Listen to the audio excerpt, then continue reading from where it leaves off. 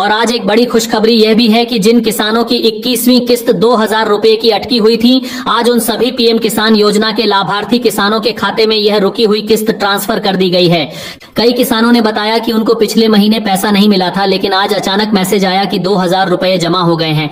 गांव में जब एक किसान को मैसेज मिलता है तो वह तुरंत दूसरों को बताता है, भाई मेरा पैसा तो आ गया, और फिर पूरा माहौल हल्का फुल्का खुशियों से भर जाता है। इतना ही नहीं, कई किसानों को आज 20वीं और 21वीं दोनों किस्तें एक साथ मिलकर पूरे 4000 रुपए मिले हैं और इनके खाते में मैसेज आया कि राशि अपडेट कर दी गई है। इससे किसानों को काफी राहत मिली है, क्योंकि कई लोग रबी फसल की तैयारी कर रहे हैं और खाद बीज खरीदने के लिए पैसे की जरूरत थी। बीच बीच में किसानों के बीच यह बात भी फैलती रही कि आज उन सभी किसानों को भी 21वीं किस्त के 2000 रुपए भेज दिए गए हैं, जिनकी किस्त पहले किसी कारणवश रुक गई थी। ये सुनकर कई किसान बैंक जाकर पासबुक अपडेट करवाने लगे कि उनका पैसा आया या नहीं। ध्यान देने वाली बात यह है कि सरकार धीरे धीरे हर राज्य के किसानों के खाते में पैसा भेज रही है।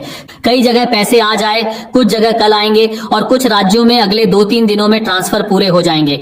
इसलिए जिन किसानों को अभी तक मैसेज नहीं आया है वे थोड़ा इंतजार कर लें। अब बात करते हैं 22वीं किस्त की। किसानों में सबसे बड़ा सवाल यही है कि अगली किस्त कब आएगी। चूंकि हर किस्त 4 महीने बाद आती है, इसलिए माना जा रहा है कि 2026 की पहली किस्त यानी 22वीं किस्त जनवरी से मार्च के बीच कभी भी आ सकती है। कई जानकार तो यह भी कह रहे हैं कि फरवरी में इसके आने की सबसे ज्यादा उम्मीद है, लेकिन सरकार की तरफ से फिलहाल कोई आधिकारिक घोषणा नहीं की गई है।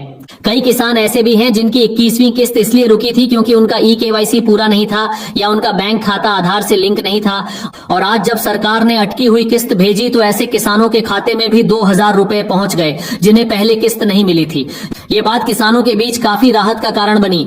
अगर किसी किसान को आज भी पैसा नहीं मिला है तो वह अपना ई-केवाईसी, बैंक अकाउंट लिंकिंग और भूमि सत्यापन की स्थिति एक बार जरूर चेक कर लें। कई बार छोटी सी गलती की वजह से किस्त रुक जाती है। आखिर में, अगर आपको यह जानकारी अच्छी लगी हो तो हमारे चैनल को सब्सक्राइब जरूर करें और नीचे कमेंट करके बताएं कि आपकी किस्त आई या नहीं। यह जानकारी दूसरे किसानों के लिए भी बहुत मददगार साबित होती है।